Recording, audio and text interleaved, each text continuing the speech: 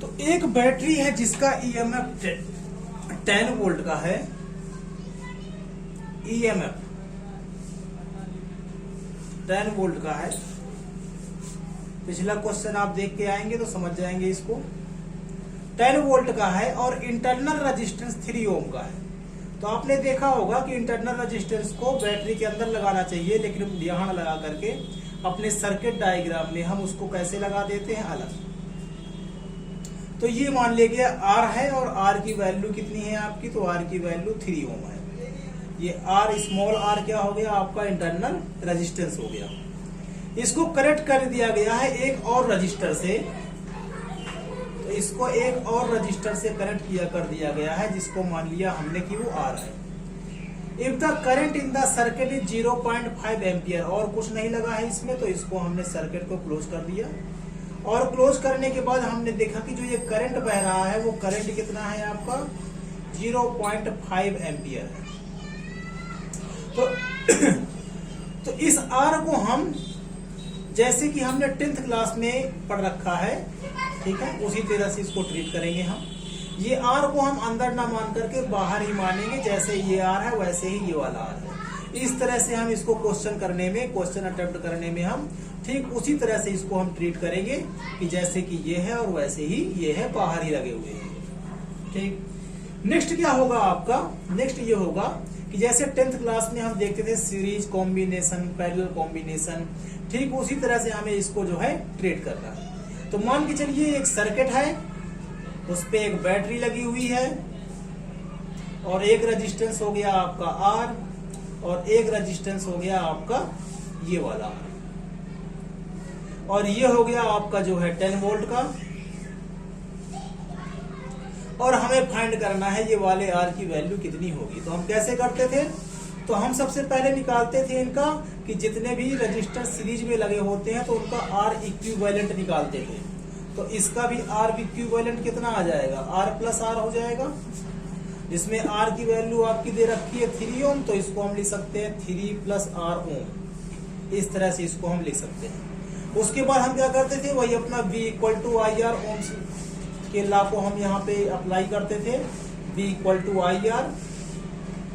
जब इसको लगाएंगे अगर, तो यहाँ पर बैटरी है तो बैटरी के लिए क्या लगा देंगे हम, तो यहाँ पे लगा देंगे E equal to I R, और यहाँ पर R क्या हो जाएगा, R नेट हो जाएगा, क्योंकि यहाँ पर एक से ज्यादा रजिस्टर है। तो यूज कर लेते हैं इसको हम। जब इसको हम अप्लाई करेंगे तो E की वैल्यू कितनी है आपकी 10 वोल्ट है, I की वैल्यू कितनी है, तो I की वैल्यू यहाँ पर गिवन है कितनी है, 0.5 है, और R नेट की वैल्यू कितनी है, तो 3 प्लस R है।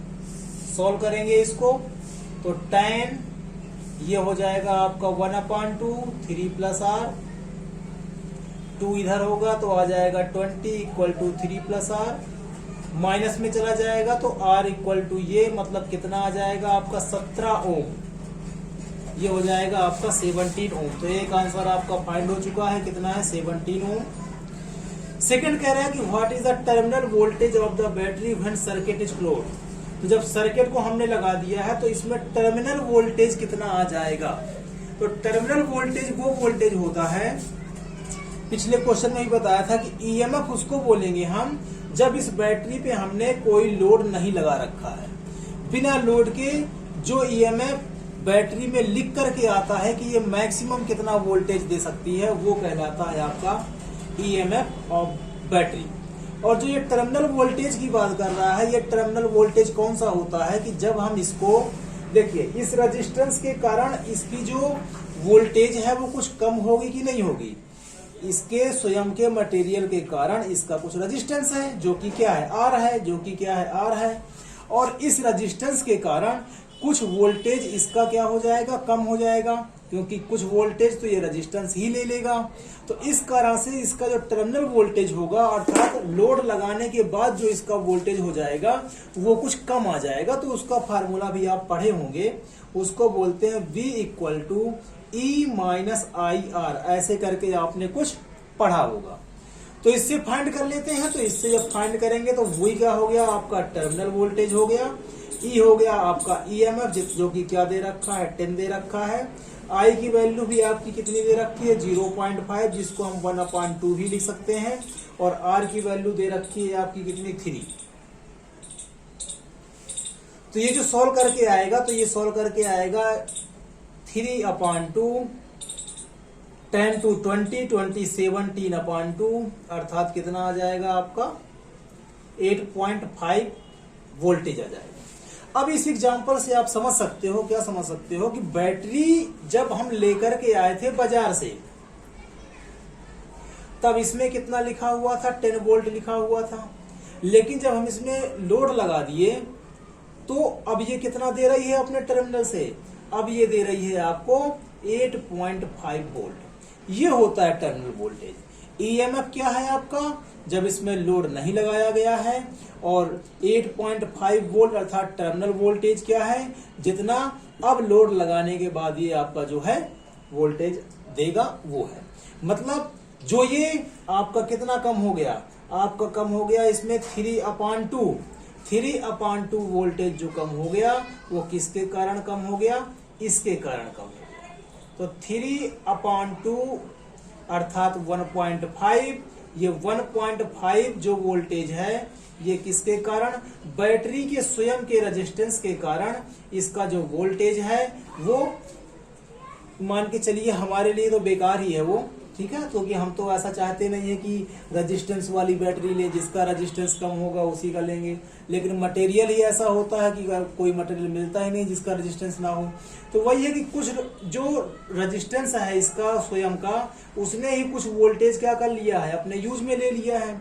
तो हमें जो मिलेगा, हमें वो कितना मिलेगा, हमें मिलेगा 8.5 वोल्ट मिलेगा। तो इस पार्ट को, ये आपका आंसर जो है कंप्लीट हो चुका है। लेकिन यदि आप चाहो तो इस पार्ट को दूसरे मेथड से भी कर सकते हो, सिंपल मेथड से भी कर सकते हो। ये तो मैंने समझाने के लिए किया था। इसी को आप दूसरे तरह से भी कर सकते थे। हमें क्या निकालना था, टर्मिनल वोल्टेज निकालना था। तो टर्मिनल वोल्टेज निकालने के लिए हम लगा सकते हैं इसमें फार्मूला अपना V = IR, V = IR। तो I की वैल्यू कितनी है, तो I की वैल्यू 0.5 एम्पियर है, जिसको हम 1/2 भी लिख सकते हैं। तो ये हो गया आपका 1/2।